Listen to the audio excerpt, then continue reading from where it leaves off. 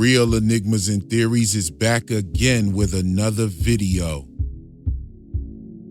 Look, I'm gonna keep it real with you.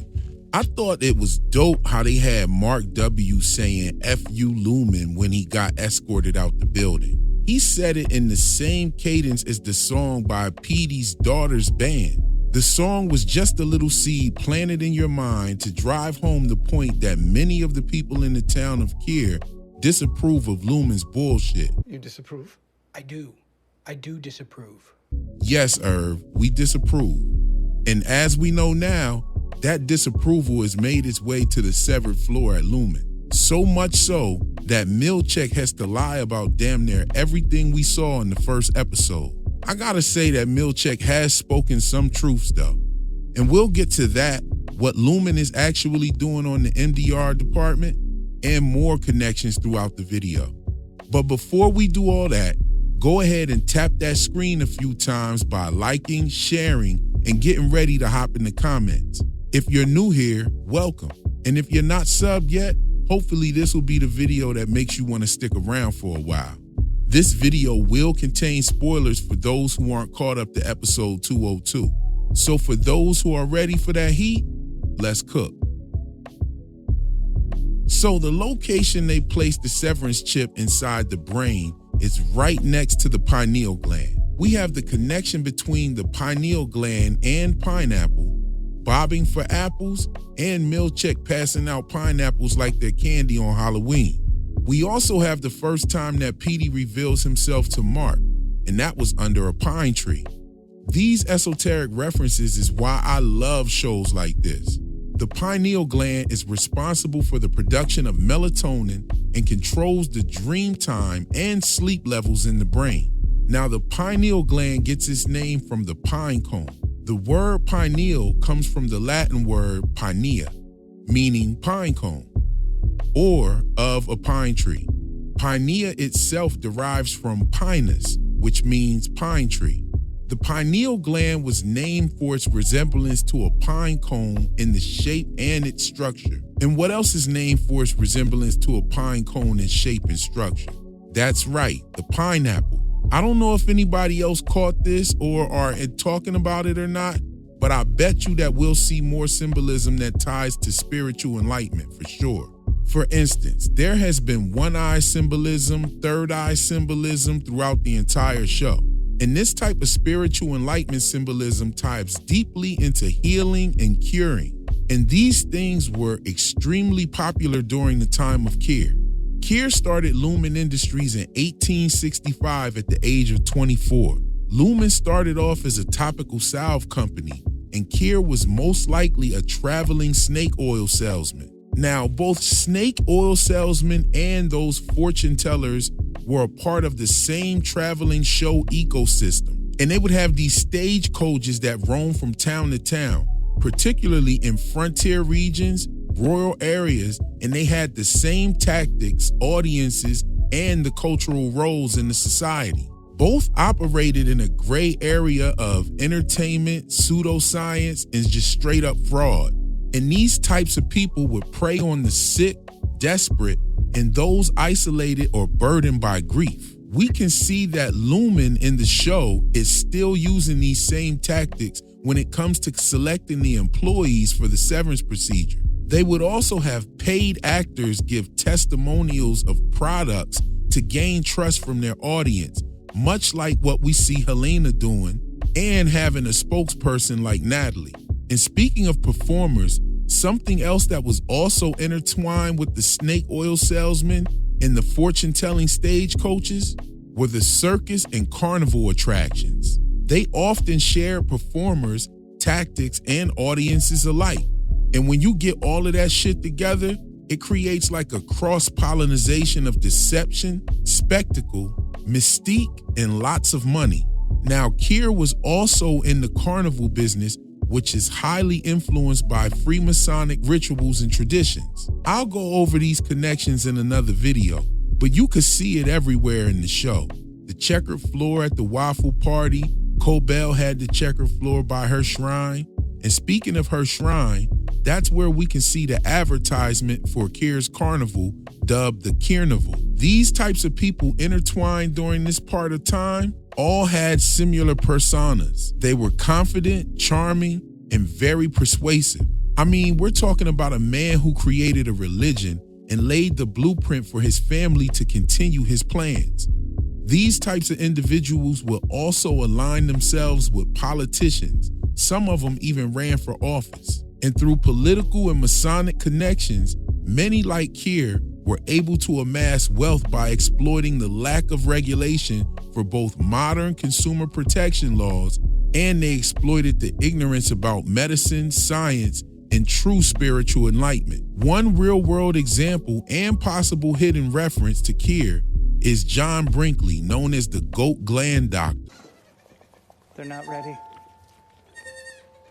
You can't take them yet. Brinkley was deep involved in politics, even running for the governor of Kansas twice. There go that Kansas again, which is another Wizard of Oz reference. His campaigns were very unconventional because he relied on his massive radio station to promote himself directly to voters. Now, the reference there would be Kansas because that's where Peg Kincaid from the Lexington Letters was from.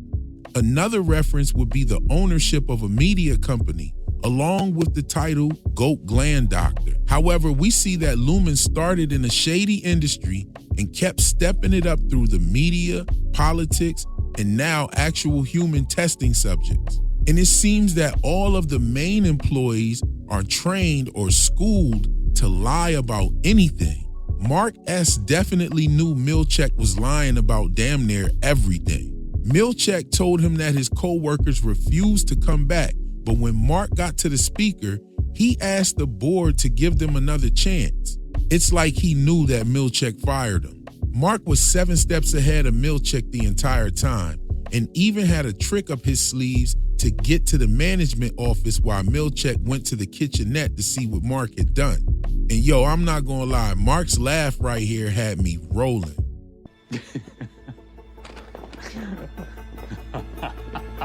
Milchek says to Mark that his Audi's fame has gone to his head. And that kind of reminds me of the balloon heads in the title sequence and how they were expanding. Even the one that Mark hitched the ride onto went inside of the Audi's head. Mark had called him a shambolic rube.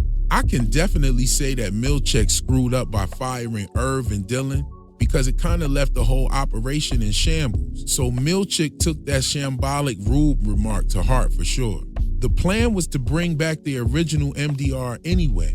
You could tell that that was the plan by how fast they made that newspaper and an entire stop motion animation with a bullshit narrative and what we know now to have only been 72 hours. I don't know if you know anything about stop motion animation, but it definitely takes longer than 72 hours to make something that long. It's almost like they already had it ready as if they knew what was about to happen. And that's not too far-fetched being that they were listening. At least somebody was. It was just that Milchek had fired Irv and Dylan, and Helena probably didn't want to turn control of her body back over to Helly, knowing the lengths that she would go through to get out. I mean, this is why we saw her rubbing her neck. Do I really want to give control of my body back to this bitch again? Helena isn't just another Egan. She's the successor to the throne, and her going to work on the severed floor is most likely a publicity stunt for the public. It's kind of like how politicians get flu shots and vaccines on TV to garner public approval. Go ahead, get the chip. See, I did it. It'll be fine. You'll be fine. This is why one of her first actions was to record a cover-up statement. And it's kind of funny because Helly R is rebellious on the severed floor, and when Helena makes her cover-up video, she blames it on a rebellious nature. I love how this show blends the experiences of the innies and outies. Like how in season 1 finale, Mark's Audi's last memory should have been of him hugging Miss Cobell. And when Audi Mark comes back, Devin gives him the hug to see which one she's having that conversation with. They did the same thing with Dylan, but more in depth. Dylan ironically asked Irv why he was running, and he asked him if he was poor up there. But little did he know, Dylan's Audi is out there fronting like he loves doors just so that he could get some job, while Irv is ready to peel a couple of stacks out his stash real quick to pay to get his job back just in case he broke something. So no, Dylan, he's not broke. And I also think it's dope how episode 1 planted so many seeds that sprouted in episode 2 to make you want to go back and watch episode 1 again. And this concoction is an immediate address of the motivation of MDR, but it leaves just a little bit to the imagination with Irv. However, we still have some clues that lead us to his mystery that's embedded into the actual first and second intro sequence. He's baked into the first intro sequence by way of that black goo, because that kind of represents the paint that he was dealing with. And in the new one, they actually have his face on a coffee cup, just like they got Mark's face on the balloon. I think that the season is going to progress into giving us more about the motivations of Cobell, Helena, and Milchek. I think they're even going to touch on Miss Wong too. Oh yeah, shout out to my man Bank Run for pointing something out to me that I didn't catch the first time. I did have my suspicions about the loyalty of Milchek and Miss Wong, but I definitely didn't catch this crucial detail. Let me set this up real quick. First off, it doesn't seem like Milchek likes Miss Wong very much. He orders her around like the power of management has kind of gone to his head a little bit, even though he almost fumbled the bag by firing Irv and Dylan and letting Mark slip past him to get to the speaker. Shambolic, to say the least. But what Bankrun had pointed out was how Miss Wong had opened the door after it was shut, and Milchek had led Dylan down that secret room in his office. When they came out of there, the door was open again, and I think that Milchek might have suspected something by the way he looked at her, and then he shut the door. Is Wong spying on Milchek?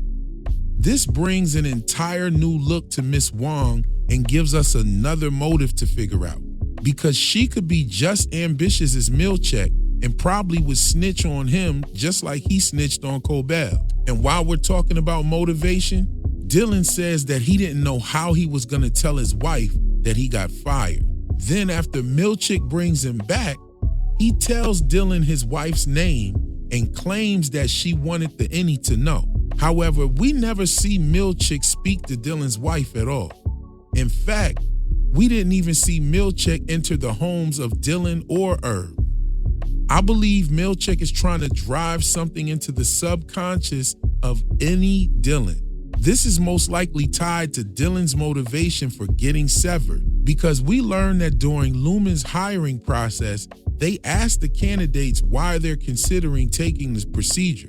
And Milchek has this information on every employee. This is why he tells Dylan her name, because he understands that making that connection for Dylan could possibly remind his inner self of his motivation subconsciously. Milchek's kind of playing with the ideal of thoughts and notions seeping through the severed process, just like Cobell was. Now, this is most likely tied to Dylan's motivation for getting severed. Mark's motivation is Gemma's death. Helena's motivation is to further the goals of the company. And Irv's motivation seems to be some sort of covert mission. I'm thinking that the numbers in MDR are codes for the subconsciousness of various severed people who are being used to carry out covert missions for Lumon all over the world. And the names of the files are actual locations that these said people will be sent to in order to carry out the missions, just like the truck blowing up in front of buildings. We seen in the Lexington letters that Peg Kincaid's Any had just finished a file 2 minutes before a truck blew up in New York. That file that she finished was called Lexington, which is the name of an actual hotel in New York. And that's crazy, because didn't in 2024 a truck blew up in front of a hotel in real life? How strange is that? Anyway, the Lexington Hotel even had an event space in the basement, or the severed level, called the Hawaiian Room, and I'm sure that they had a pineapple or two up in there. The Lexington Hotel opened up in 1929 and was led by J. Leslie Kincaid, which is the name of Peg Kincaid. This building was even located on Lexington Avenue. Now that's all real world stuff. Now the crazy part is she states that 2 people were burned in the truck, which is very similar to what Mark had said to Devin about Ricken. The truck was from a Lumon competitor called Dorner. And Dorner later claimed that some of their devices had been destroyed in what seems like some sort of corporate espionage. What if Gemma is being retired, and I'm using air quotes, from the severed floor as the wellness coordinator to be sent to Cold Harbor, and somehow MDR goes to look for her, or she may be used as some sort of sleeper cell for some sort of covert mission. And more evidence of this is that Petey tells Mark that he could be killing people for 8 hours a day and not even know it. Then he brings up people living on the testing floor who never leave. So why bring these 2 things up together? And right after that, when he starts talking about it, he slips into a reintegration episode and thinks he's on the severed floor talking to people about the part of the floor where people can't leave.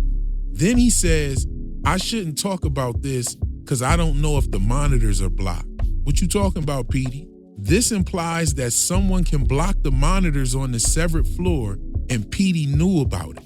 After bringing up MDR possibly killing people, a place where people never leave, and block monitors, Petey then says he doesn't want to keep talking about it because Irv may walk in, which is ironic because Irv's Audi has knowledge of the testing floor, and so does Petey.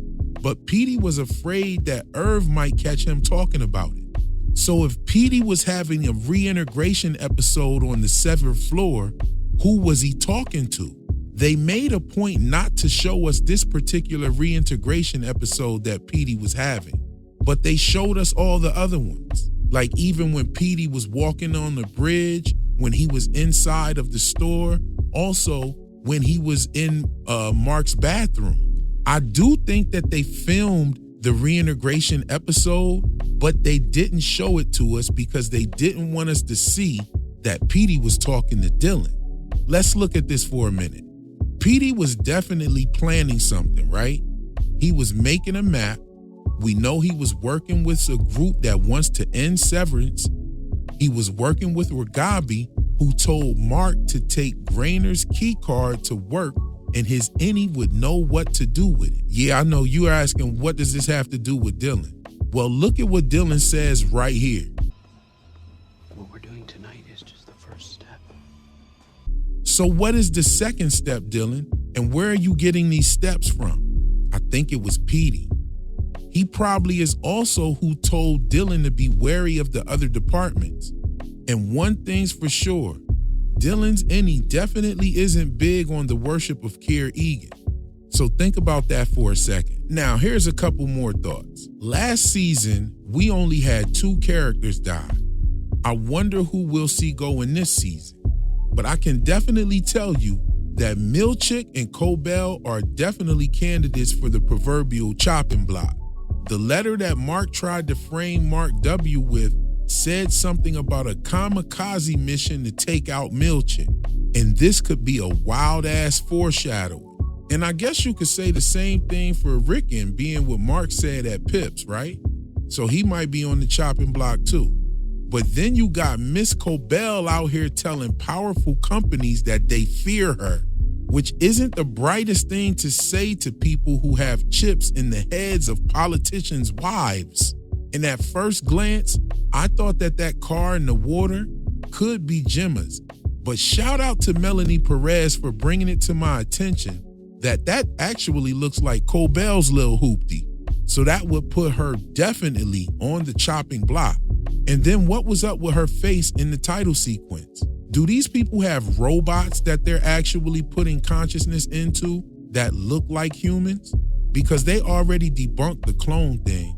And it would be real distasteful if they just sat up there and lied about the clone thing and it really is clones. There's so much more in the intro sequence that I'm gonna get into, but I like using these different little pieces for the videos that I'm doing currently. So I will get around to do a full breakdown on the actual title sequence, because there's some things in it that I'm noticing, like the baby bottles appeared to have honey in it. Somebody came in the comments, I don't remember who it was, apologize for my lapse of memory, but someone came in the comments and said that it was a little mark inside the bottle of honey. I looked back at it. It does look like something is in the bottle, but I can't really tell who it is, but it does look like a person's body. And all the balloons, they definitely mean something. And I'll just give you the short answer of what I think it is. And this is my last thought, I promise. I think the balloons may represent a baby boy being born. So there you have it. We got a little bit of esoteric symbolism. We got a little bit of history. We got some good theories up in there. You know what I'm saying? And if you like this video, go ahead and tap that screen a couple of times for me by liking, sharing, and hopping down up in the comments. And if you're not subbed already, hopefully this is the video that'll make you do it. Anyway, just a little something to think about while we wait on the next episode. That's all for my video today. I'll catch you in the next one. Peace.